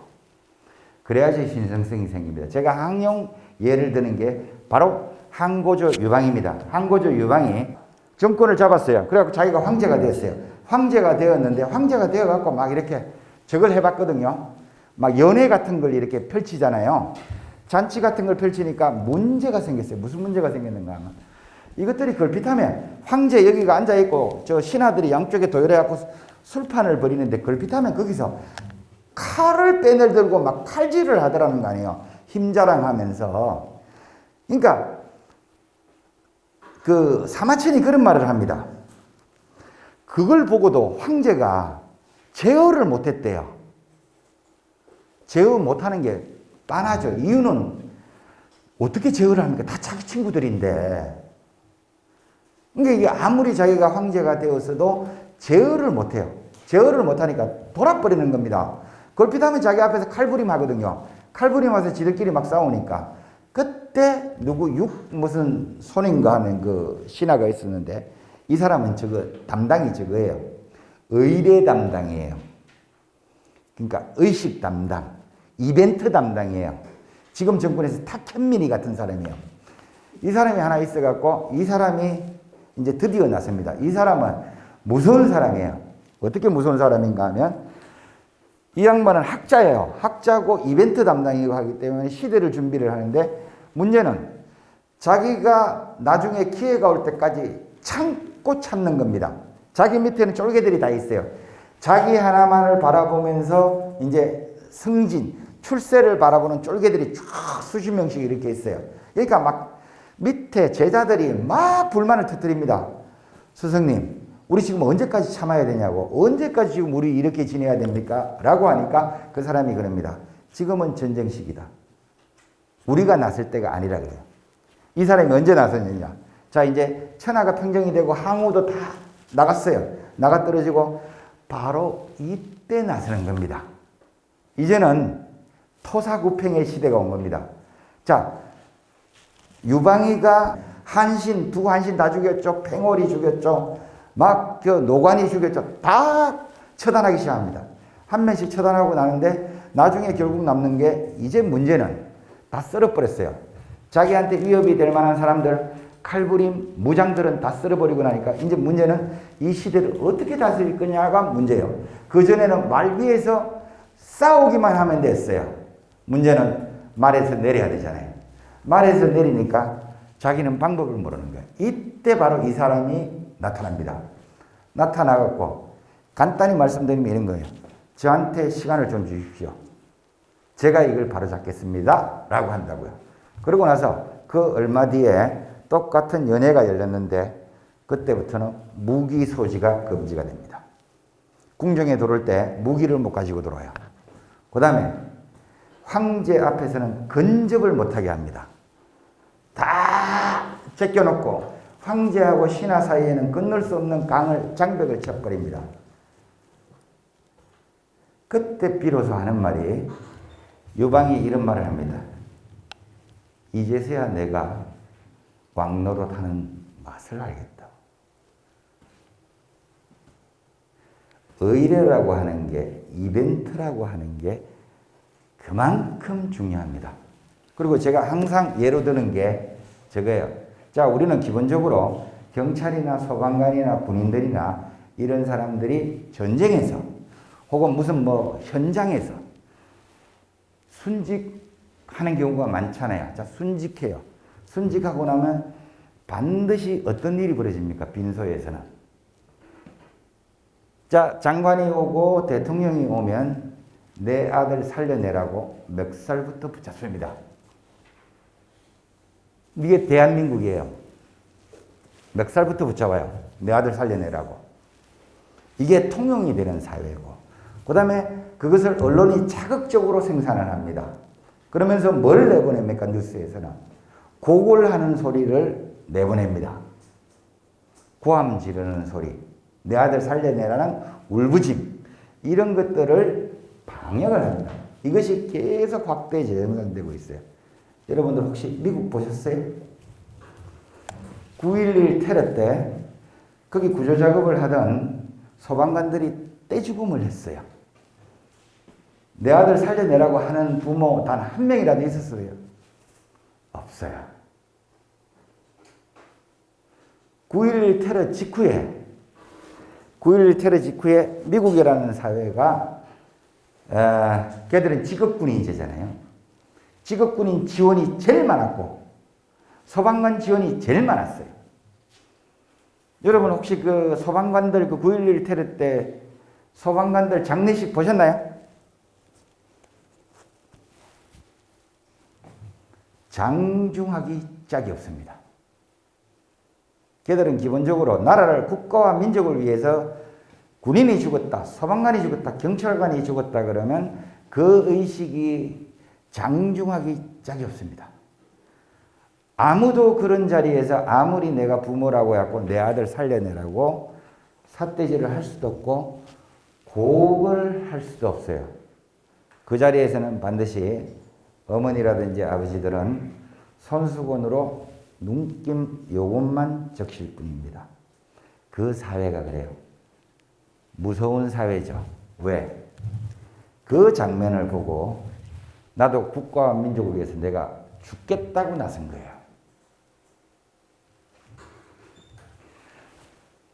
리추얼이라고 하는 거, 의식이라고 하는 게 그 무서움이 바로 그겁니다. 근데 우리는 간소와 이런 절차, 뭐 여러 가지 구호들 때문에 그 의식, 의례라고 하는 그 소중함을 잃어버렸습니다. 너무 간소하게 갔어요. 그리고 걔들은 똑같은 예포를 쓰는데 자기들 아들, 딸이 전쟁에 나가서 죽으라고 예포를 쏩니다. 그 예포 소리를 듣고 실제로 나도 군인이 되어야 되겠다, 경찰관이 되어야 되겠다고 하는 사람들이 줄을 이었어요. 미국을 뒷받침하고 있는 것은 죽음이에요. 우리는 죽음 없잖아요. 다 개죽음이라 그러지. 바로 차이가 거기에 있습니다. 의례라고 하는 게 그만큼 중요합니다. 이게 다음 지도에서 이렇게 보면 여기 지금 뭐 이거 선도산이고 이 경주 이 월성을 중심으로 해갖고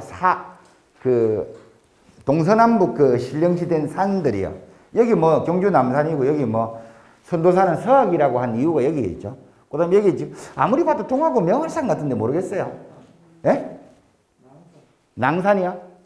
낭산은 너무 그래요? 모르겠어요. 어쨌든 명알산이든 낭산이든 어쨌든 여기 있어요.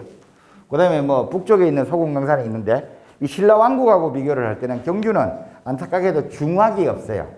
가운데 산이 없어요. 가운데 산이. 중간에 산이 없어요. 평야가 있어갖고. 근데 신라왕국을 보면 중학은 아까 보셨다시피 그 달구벌 대구의 팔공산이거든요. 대구의 팔공산인데 문제는 이게 저 신라 신문왕 때 결국은 문제가 일어납니다. 자, 국토를 통일을 해서 동서남북 방향에다가 이렇게 맞추고 뭐 이렇게 수도를 뭐 맞추려고 하다 보니까 뭐가 문제가 생겼는가 하면 경주가 안 맞아. 동쪽으로 너무 쳐져 있어요. 안 맞아요. 그래서 중앙 근처를 찾게 되는 거예요. 중앙 근처를 딱 찾다 보니까 어딘가 하니까 그게 바로 대구 달구벌이었던 거예요. 그래서 그 달구벌로 천도를 하려고 했는데 실패하죠, 결국은. 실패한 이유 간단하죠. 돈 많이 들어서지. 돈 많이 들어서죠. 그 다음에 그때 천도를 하려고 했던 이유는 뭐겠어요? 간단해. 지도상에 이렇게 놓고 보니까 이게 우리가 가운데 들어가야 되는데 지금 너무 동쪽에 치우쳐져 있으니까 찾다 보니까 대구 달구벌이 괜찮은 거야. 그래서 그걸로 가려고 했던 것 뿐이지. 뭔 쓸데없는 저 역사학자들 하는 소리가 뭐 그거예요. 뭐 귀족의 무슨 결국 돈이에요, 돈. 역사에서 가장 중요한 거는 돈입니다, 돈. 돈 들어가서 못했어요. 여러분, 지금 하나 그거 옮기는데 돈이 얼마나 들어갑니까? 지금 저 세종 행정도시인가 그거 만들어 놓고도 그 돈 얼마 퍼부었는지 솔직히 모르잖아요. 그거 하나 만드는데도 그렇게 들어갔어요. 그 다음에 지금 그 비근한 사례로 지금 그 천문학적으로 들어가는 게 저거 아닙니까? 미군 그 용산기지 그거 옮기는데, 평택으로 옮기는데, 우리가 거의 다 부담했잖아요. 그 천문학적인 숫자가 들어가요. 그거 옮기는데 하나가. 결국은 돈입니다. 그래서 제가 항상 드리는 말씀, 역사를 생각할 때 가장 크게 고려할 게 돈이다. 이 돈 문제를 이게 생각하면 역사에 우리가 생각하는 그 의문점들은 실은 간단하게 풀려요. 왜 달구벌로 가려고 했는데 못 갔어요? 돈 때문이죠. 돈이 많이 들어가니까. 먼 귀족들의 반란이에요. 저 반대예요. 결국 돈 때문에 반대를 했겠죠. 그러니까 가장 근본적인 이유는 결국은 돈입니다. 돈 들어가니까 싫은 거 아니에요.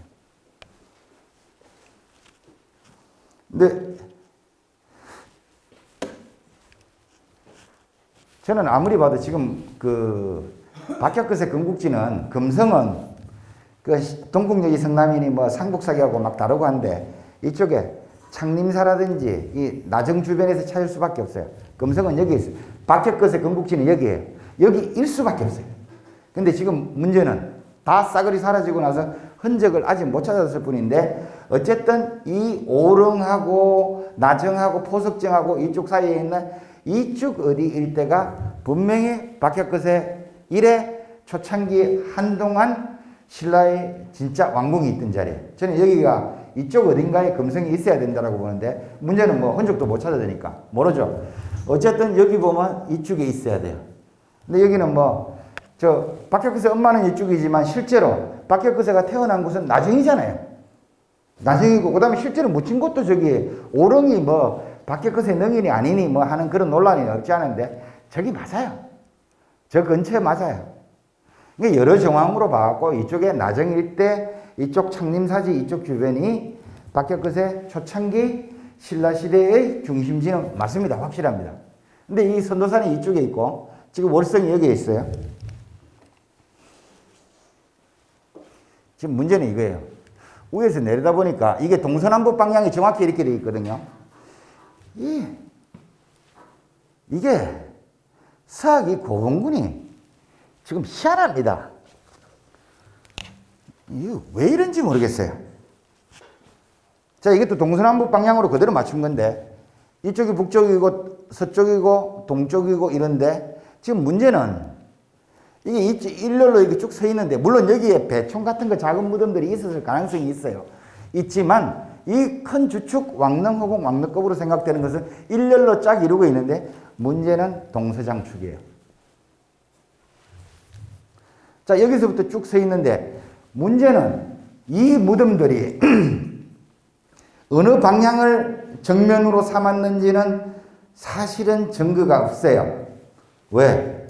앞에 저게 없잖아요. 상석이 없잖아요. 지금 뒷거는 상석이 없는데 여기 보면 우리 추정으로는 이쪽으로 지금 동쪽을 바라봐야 돼요.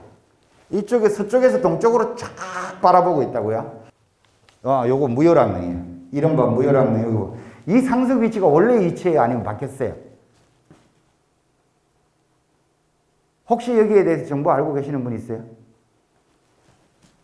저는 요 상석 위치를 지금 현재의 상석 위치를 본래 자리라고 지금 전제를 하고 드리는 말씀이에요.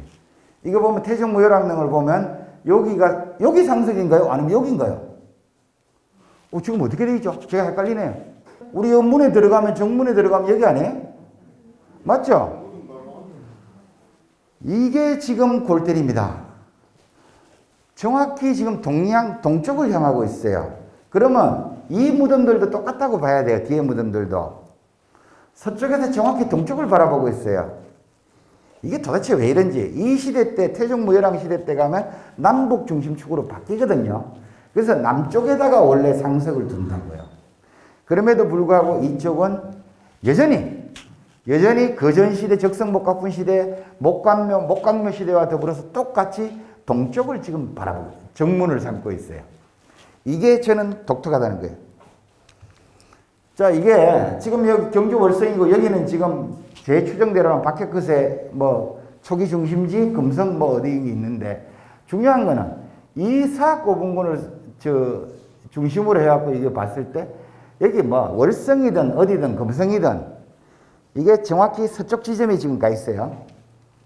뭐 동서남북 정확히 따지면 좀 벗어났겠지만 어쨌든 이 서쪽에 가 있기 때문에 그래서 서악이라고 하는 건데 문제는 저겁니다. 왜 경주 분지를 떠나기 시작했을 때 맨 먼저 간 데가 서쪽이냐라고 했을 때 이거는 순전히 제 추정이야. 순전히 제 추정인데 불교하고 밀접합니다. 서방 극락정토입니다.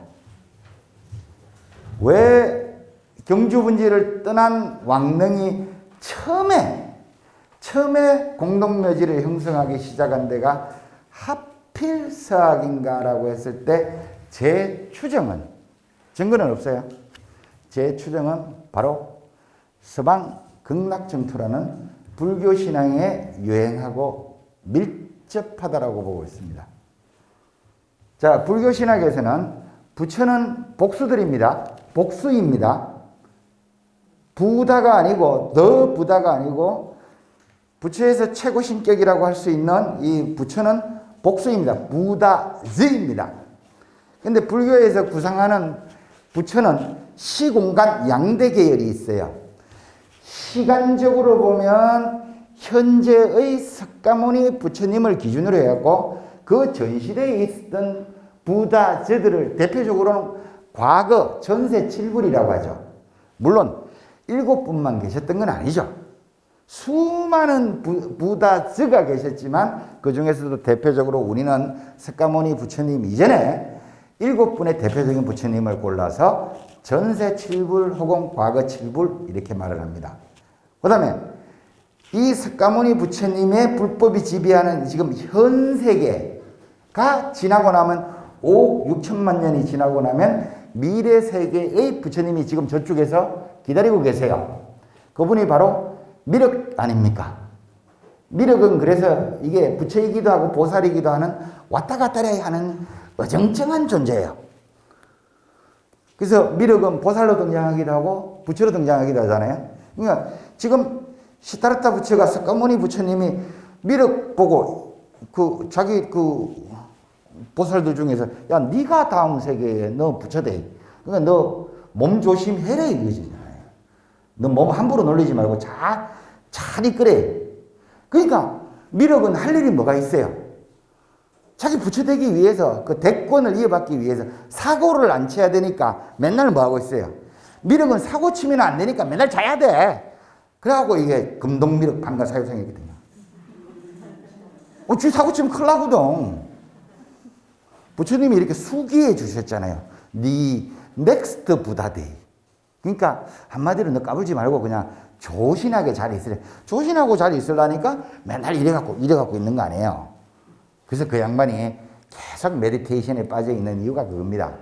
사고 안 치기 위해서 5억 6천만 년 동안에는 이 양반은 자고 계셔야 돼요.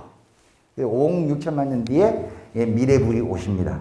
이 미륵 부처가 오세요.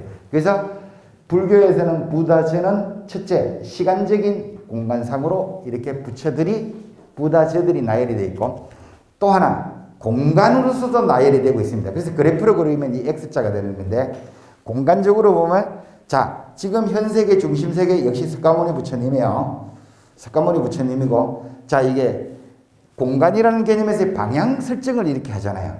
그러면 자 중앙 세계를 관장하시는 부처님이 석가모니 부처님인데 이 봉건 체제예요. 그럼 서쪽 동쪽에다가는 누굴 줬어요?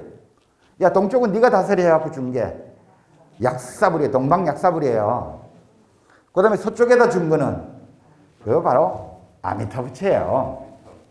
아미타불이에요. 그래서 나 뭐 아미타불 뭐 관세음보살 하는 거 있잖아요. 그래서 아미타 옆에는 항상 관세음보살 계속 따라다니잖아요. 대세지보살하고. 뭐 간단합니다. 근데 문제는 원래 인도 사상 체계에서는 방위신 개념이 없습니다. 걔들도 동서남북이 있어요. 동서남북이 있는데 우리는 신으로 섬기잖아요. 동서남북을 신으로 섬기기 때문에 산악도 신으로 섬겼잖아요. 그래서 남악, 동악, 뭐 서악, 북악 이래갖고 신으로 섬겼는데 인도 사상 체계에서는 방향은 있지만 방향을 우리가 생각하듯이 신으로 섬기질 않아요. 원래 약사불이 인도 불교에 있어요, 없어요? 없어요. 뭐 원래 인도 불교에 무슨 거기는 오직 부처는 강리 부처님밖에 없어요. 근데 보면 이게 그러니까 같은 불교가 이제 현지화를 꾀하는 겁니다. 자, 중국에 상륙을 해서 한반도에 상륙을 해서 일본에 상륙을 해서 보니까 우리하고 안 맞거든요. 우리는 받아들이긴 받아들이는데 이야 신기하다라고 해갖고 받아들이긴 받아들이는데 이걸 현지화해야 되는 거예요. 현지화한 대표적인 게 방향별로 갖다 배정을 하는 거예요. 그래서 대표적으로 원래 아미타 부처가 원래 서쪽 세계예요. 서쪽이 아니죠. 그냥 극락 정토가 저쪽 어딘가에 현재 우리가 구체적으로 생각하는 서쪽이라는 개념이 아니잖아요. 근데 그걸 갖다 방향신의 개념으로 갖다 집어넣어버린 거예요. 그러니까 동쪽에다가는 동방약사부를 갖다 집어넣고 문제는 남방도 있어요. 만들다가 말았어요. 만들다가 말았어요. 남방하고 북방에 배치하려다가 마땅한 사람이 생각 안 나. 부처가 생각이 안 나니까 만들다가 말았어요. 중앙에 있는 석가모니 부처님 중심으로 하고 동쪽에 그 약사부를 배정하고 서쪽에다가 아미타 배정을 하고 하니까 더 이상 만들 게 없네. 남쪽에도 만들어야 되고 북쪽에도 만들어야 되는데 유감스럽게도 만들다가 말았어요. 여러분들이 만드십시오. 새로운 불교 신학을 창건하십시오. 근데 그거 못 만드니까 어디로 갔어요? 사천왕에다가 갖다 맞춰놨잖아요. 부처는 못 만들었는데 사천왕에 갖다 놓고 막 이게 정장천왕이니 뭐 저쪽 하면서 막 갖다 놨잖아요. 그렇게 갖다 놨잖아요. 그 뭐 사천왕이 뭐 인도 불교에 있어요? 없어요. 다 여기 와서 만들어진 거예요. 왜? 철저히 여기화를 해야 돼. 여기에는 중국에서는 인도에서는 없지만 우리는 있어야 되는 게 있거든. 그게 바로 방위신이에요. 방위신. 그래서 이 사천왕을 개발을 하고 우리는 방위신은 사방만 있어요. 사방보다도 더욱더 중요한 게 팔방이에요. 팔방.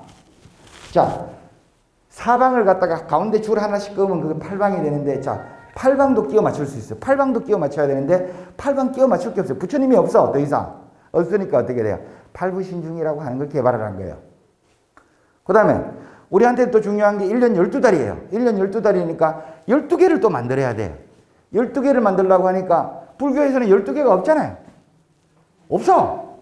그게 짜증나잖아요. 그러면 이 땅에 12개를 뭘 만들어야 되는데 어디를 갖고 오나요? 12지를 갖고 오는 거예요. 그래서 지금 보면 12지라고 하는 것들 있죠. 그 왕릉에도 12지 뭐 갖다 놓고 탑에도 보면 막 저기 어디요. 원원사지 탑 같은 경우에는 12지를 또 삥 둘러가고 배치를 해놨잖아요. 자, 그건 경주 석굴암 가면 석굴암 들어갈 때 양쪽에 그 문신들 둘이 있잖아요. 금강역사도 있고 그 다음에 지나니까 이거 3중으로 삥을 뜯어 여기는. 금강역사한테 뜯기고 그 다음에 사천왕한테 뜯기고 그 다음에 팔부신중한테 뜯기잖아요. 그렇게 되잖아요. 부처님 만나려고 하면 그렇게 들어가야 되거든. 근데 이 신라 사람들, 동아시아 사람들은 그걸로도 8개로도 만족을 못하니까 12지를 갖다 붙인 거예요. 12개를 또 갖다 붙인 거예요. 그래서 12지, 왕릉에 등장하는 12지, 탑에 등장하는 12지는 간단합니다. 이거 갖고 뭐 논란들이 많고 뭐 무수한 논문들 쓰여있는데 결국은 그겁니다. 문신입니다. 방향신이에요. 2개로는 부족해, 여기는. 그 금강역사 이거 두 사람으로는 부족해요. 부족하니까 4개를 만들어야 되는데 자 사방을 만들었는데 사천왕을 만들었어요. 사천왕도 또 부족해갖고 8개를 만들어야 되는데 바로 팔부신중을 갖다 배치를 했어요. 팔부신중도 또 불안해요. 그래서 12개를 만들어 넣었어요. 그게 바로 12개가 바로 12지를 갖다가 그대로 갖다 집어넣은 겁니다. 그러니까 우리 현지화 하잖아요. 현지화를 하는데 이런 방향신들, 불교가 차용한 방향신들을 보면 이 어떤 새로운 사상체계가 미지의 땅에 들어가서 현지화를 해서 어떻게 살아남는지를 보여주는 가장 좋은 보기가 바로 방해신 개념입니다. 불교가 인도 불교에서는 전혀 없는 그런 방해식의 개념들을 여기 동아시아 불교가 수용을 하면서 그런 식으로 자기 발전을 해 나갑니다. 자, 이건 뭐 제가 법봉왕 이후 선도산으로 진출한 이게 저는 아미타 신앙하고 사실은 하필 공교롭게도 그때 법봉왕 무렵에 여기로 나오게 된 그 시기가 신라에서는 진짜로 이제 신라라는 왕국 전체, 사회 전체가 불교로 치닫기 시작하는 시기라는 점, 저는 내심 이 가능성을 염두에 두고 있습니다. 그 다음에 아까 뭐 곤륜산 얘기도 나오고 어쩌고저쩌고 했는데 너무 많은 것들을 제가 정리를 하다가 못했기 때문에 혹시 궁금하신 부분들은 이 원고가 사실 제가 2007년인가 8년에 썼던 투고했던 원고인데요. 그거 한번 읽어보시면 물론 그 사이에 제가 생각들이 바뀐 것도 있지만 큰 골격은 안 바뀌었으니까 혹시 시간 나실 때 천천히 읽어보시면 좀 도움이 되지 않을까 그렇게 생각을 합니다. 거기에 뭐 잡다스레하게 이런 것들 저런 것들 제가 그 당시에 긁어 모으면서 공부했던 것들은 다 모아다 놨습니다. 그 다음에 마지막으로 또 아까 제가 안 잊어먹었네요. 그럼 과연 선도산을 어떻게 해야 될 것이냐. 자, 여러분 지금 혹시 제가 너무 뭐 과장을 했는지 아니면 너무 오늘은 선도산 얘기하는 거니까 선도산 중심으로만 봤는지는 모르겠지만 선도산이 제가 볼 때는 그만큼 중요합니다. 신라 천년왕국의 거대한 뿌리가 바로 선도산입니다. 다른 어떤 것보다도 가장 중요한 것이 선도산입니다. 이 선도산을 그러면 어떻게 해야 될 겁니까? 스토리텔링 어쩌고 저쩌고 하지만 그러면 과연 여기서 우리가 선도산에 대해서 우리가 무엇을 어떻게 말할 것인지, 단순히 보희 문의로 만족할 것인지, 아니면 저쪽에 우리 진병길 원장님 그 연못 하나 만들어 놓고 맨날 보희 오줌 연못이라고 하는데 저런 식으로 사기를 좀 이렇게 스토리텔링을 해야 되는지, 제가 봐서는 훨씬 더 고차원적이에요. 훨씬 더 고차원적입니다. 정말 다행스럽게도 잘 아시다시피 이 선도산 기슭에서 가장 중요한 이 핵심 코어는 이 마을 전체가 어떤 한 분의 미친 한 분 때문에 사실은 동네가 지난 10년, 20년 동안에 이만큼 변했습니다.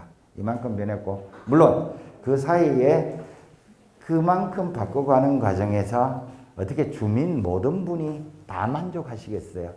알게 모르게 이런저런 뭐 좀 부닥침 이런 것도 없지는 않을 테고 그럴 테지만 그래도 이 동네 하나를 이만큼 바꿨다라는 것은 정말 대단한 일입니다.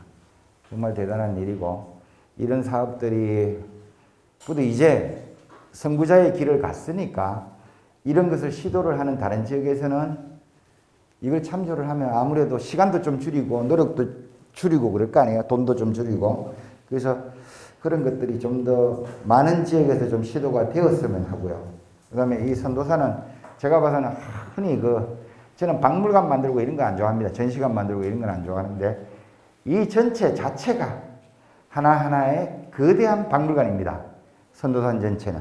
또 하나 제가 아쉬운 거는 우리 선도산 문화권이라고 해갖고 이게 신라 천년왕국의 출발이고 핵심이고 자궁인 이곳에 대해서 과연 그러면 여기 왔을 때 우리 지금 이 선도산 문화권역이라고 설정을 할 때 여기밖에 없어요.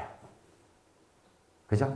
요쪽 지역밖에 없는데 과연 이 철길 넘어서 저쪽으로는 또 뭐가 있는지, 그 다음에 이제 저쪽 북쪽에는 과연 뭐가 있는지, 또 저쪽에 어디에 농협 쪽으로 저쪽으로 돌아가면 또 뭐가 있는지 솔직히 모르겠어요.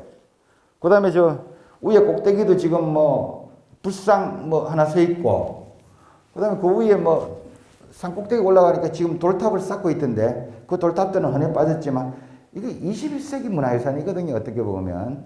그래서 그런 점들에서 이 선도산 문화권역에 대해서는 흔히 하는 말로 종합정비계획 이런 계획들이 경관을 아예 하나를 거창하게, 지금까지는 어느 특정 개인이 미친 정신에 의지를 했다라면 이제 저런 미친 개인 정신을 발판으로 삼아서 민과 관이 협동을 해서 좀 더 좋은 그림으로 완성이 되었으면 하고요. 그를 통해서 이 선도산이야말로 천년왕국의 출발점이요, 심장이라는 것, 이런 점들이 제대로 부각되었으면 합니다. 그 다음에 이 끝내기 전에 혹시 질문 같은 거라든지 혹시 이런 거 있으면 한 두 분만 제가 받을게요.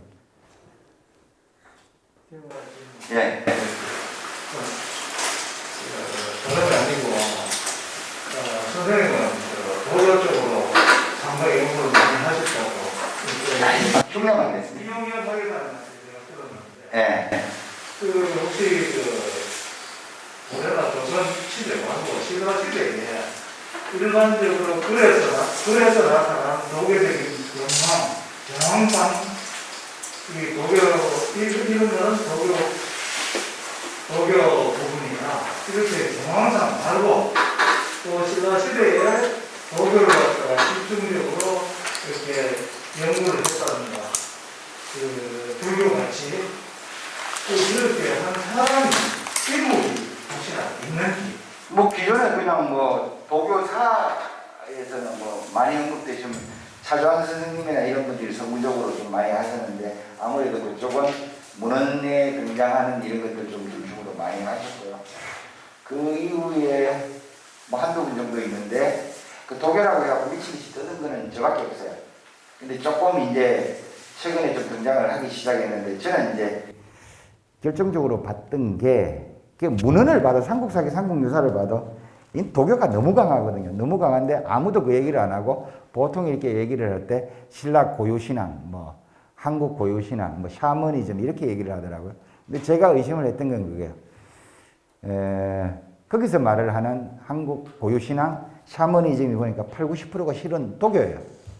그래서 제가 좀 신경질이 나갔고, 그러면 이것을 깨부시기 위해서는 어떻게 해야 되느냐, 고고하게 의지를 하자 그래갖고, 사실은 저는 적성목학분에 들어갔어요. 적성목학분에 들어갔더니만 거기서 제가 주목을 한 게 약물들이에요. 보니까 운모 나오고 막 주사 나오고 막 이런 것들이 나오는데, 최근에는 저기 또 했더니만 또 나왔잖아요. 시신 머리맡에서 그 약절구가 나왔잖아요. 약절구 나왔잖아요. 이 약절구 하나 있고 거기 봉대가 이게 나왔는데, 아까 저 틀어드린 거 있죠. 그 서왕모 그 약 만드는 거 저기 있었잖아요. 그거거든요. 이제 그런 것들이, 선약 만드는 도구들이, 선약이 막 다량으로 검출되고 선약 만드는 도구들까지 막 나와요. 그러니까 저는 제가 볼 때는 이거는 뭐 내가 조작하거나 이게 아니고 신라 당대의 사람들이 당대에 남긴 유물들 갖고 얘기하는 게 제일 확실하다 그래서 저는 주로 그런 쪽으로 많이 했습니다. 그 다음에 뭐 선생님이 말씀하시는 그런 부분들 최근에 조금 나오기 시작을 했는데, 아직까지 제 기준에서는 제대로 된 연구자가 사실은 부족합니다. 저는 김유신은 사실은 도사로 보거든요. 김유신은 예컨대 그런 게 있잖아요. 뭐 임박산인가 거기 들어가갖고 막 복음으로 기도하고 있죠. 이걸 뭐라고 했는가 하면, 기존의 역사학자들은 저런 식으로 설명을 합니다. 김유신을 신성화하기 위해서 나중에 후대의 꿈이 신하라고 그런 식으로 얘기를 해요.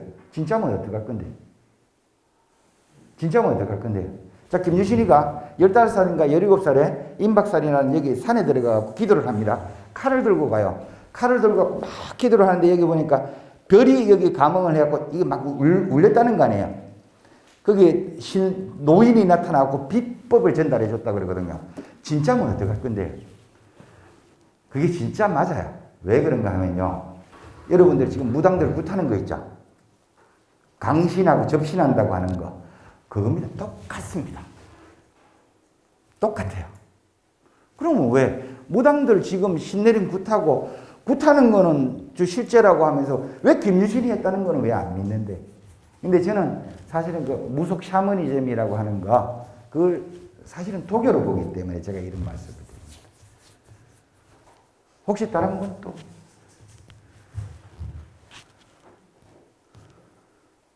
자, 그러면 없어진 걸로 알고, 장시간 두서없는 말씀 제가 들었습니다. 두서없는 말씀 좀 드렸는데, 좀 더 이렇게 제 정리된 생각은 그 원고에 있으니까 그걸 좀 참조를 해주시고, 자, 긴 시간 동안 너무 잘 들어주셔서 너무 감사합니다. 고맙습니다.